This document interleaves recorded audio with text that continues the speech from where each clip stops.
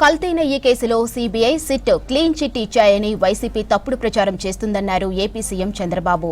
కల్తీ జరిగినట్లు సిట్ రిపోర్టులో ఉందని వైవీ సుబ్బారెడ్డినే చెప్పారన్నారు. 5 ఏళ్లు ఆలయాల్లో కల్తీ నెయ్యితో ప్రసాదాలు తయారు చేయడం బాధాకరమన్నారు. శ్రీశైలం ఆలయ ప్రసాదంలోనూ కల్తీ జరిగిందన్నారు. ఇక బాత్రూంలు క్లీన్ చేసే కెమికల్స్ తో తిరుమల లడ్డూ తయారు చేశారని ఎన్డీడీబీ రిపోర్టు ఇచ్చిందన్నారు. నివేదిక ఆధారంగానే మాట్లాడుతున్నామని అసత్య ఆరోపణలు చేయటం లేదని చెప్పారు బాబు. వెంకటేశ్వర స్వామికి అపవిత్రత చేసే పరిస్థితి వస్తే మీరు సహిస్తారా తమ్ముళ్ళని అడుగుతున్నా. 5 సంవత్సరాలు కల్తీ అయిన గీ బాధేస్తుంది.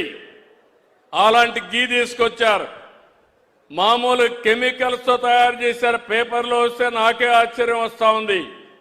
ఎలాంటి కెమికల్స్ అంటే మన బాత్రూముల్లో వేసి క్లీన్ చేసే కెమికల్ ని గీలో వేసి దాన్ని మళ్ళీ లడ్డు చేసి మనం తినే పరిస్థితికి వచ్చామని వస్తున్నాయి.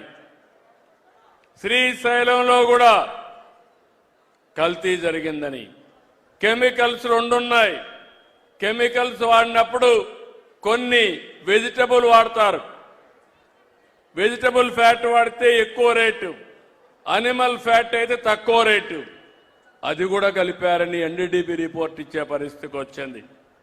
నిన్నే మాట్లాడాడు, సిబిఐ ఇచ్చింది, సిట్ ఇచ్చింది, ఏమీ లేదని చెప్పింది అని అంటాడు. వాళ్ళ బాబాయ్ నిన్నే మాట్లాడతాడు.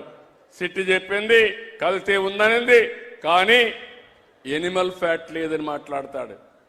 నేను మాట్లాడలేదు. నేను ఎందుకంటే ఒక భక్తుడిగా చెప్తున్నా, నేను కూడా మాట్లాడకూడదు. వెంకటేశ్వర స్వామి పవిత్రత కోసం అని ఆలోచించాను. నేను ఆ రోజు ఒక రిపోర్టు చూశాను.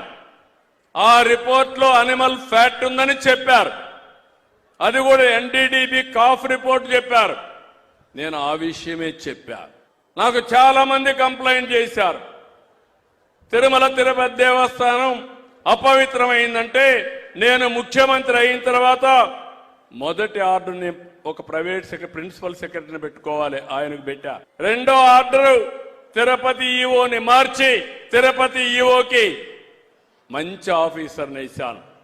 నేను అడుగుతున్నా, ఈరోజు మీరు తిరుమలకు పోతే ముందు లడ్డుకు ఇప్పటి లడ్డుకు వ్యత్యాసం ఉందా లేదా తమ్ముళ్ళు అని మిమ్మల్ని అడుగుతున్నా. అలాంటి పవిత్రత కోసం నేను పనిచేస్తా ఉంటే వీళ్ళు చేసిన తప్పుల్ని పరిష్కారం చేయడం ఒక సమస్య, వీళ్ళని ఎదుర్కోవడం ఇంకొక సమస్య.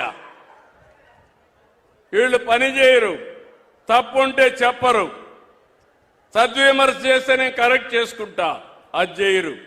కానీ రోడ్డు మీదకి వచ్చి నిన్న చూస్తే గుంటూరు నుంచి విజయవాడకు పోవాలంటే 6 గంటలు.